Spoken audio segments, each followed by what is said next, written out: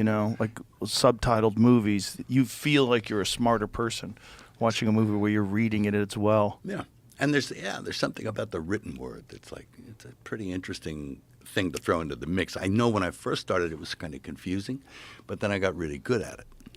And I think, especially with something like The Passion that I did, the written word was very important because it was, you know, you got all those books, the Bible, you know, you've got the different Gospels and stuff that people are quite familiar with.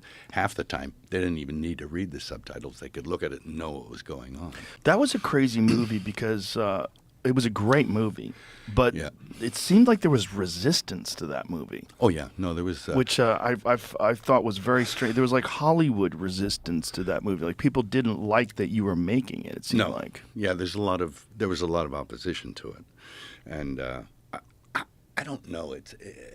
I think if you ever hit on that subject matter, you're going to get people going because, of course, it's big subject matter, and it's like, you know. And my contention is, you know, when I was making it, it was like you're making this film, and the idea was that we're all responsible for this. That his sacrifice was for all mankind, and that for all our ills and all the things in our fallen nature. It was a redemption. So, you know, and I believe that, you know. I actually am, you know, I was born into a Catholic family. I'm very Christian in my beliefs, you know. So I do actually believe this stuff to the full. So depicting that was an honor, but it was also, you got the daylights beat out of you for it. Yeah, because there's resistance, first of all, from secular Hollywood, where for whatever reason Christianity is the one religion that you're allowed to disparage. Yeah. Christianity is the one religion where people, all these progressive, open-minded, leftist people, they'll embrace all these different religions until it comes to Christianity. And for whatever reason, that represents like white male, you know, whatever it represents, colonialism, you know, whatever it represents, it's negative. Yeah, sure, it's gotten a bad rap. And people do feel free to beat up on it.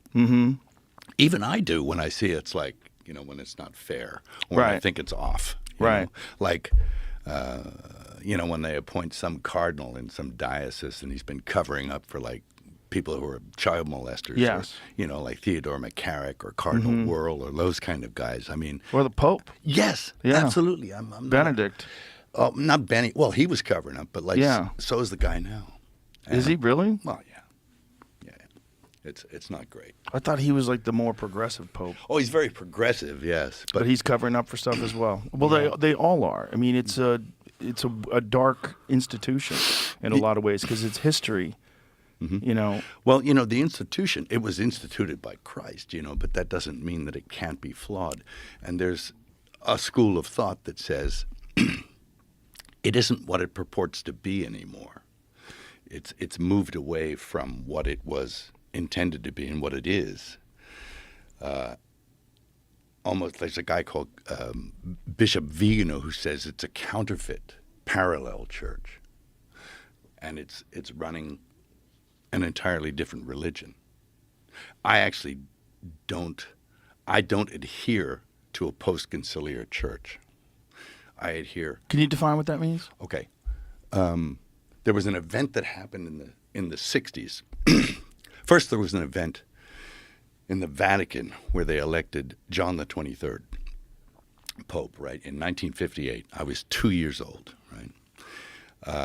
He was elected, and there was a very funny thing that happened in the conclave. You know, usually there's white and black smoke that goes out of the chimneys to tell you, we have a pope, you know, habemus papam, you know. And the white smoke came out. And everybody cheered, and they went crazy. And then about a half an hour later, black smoke came out. That never in history has that happened, that the white smoke came out, and then the black smoke came So out. white smoke means we found a new pope. Black smoke means no pope.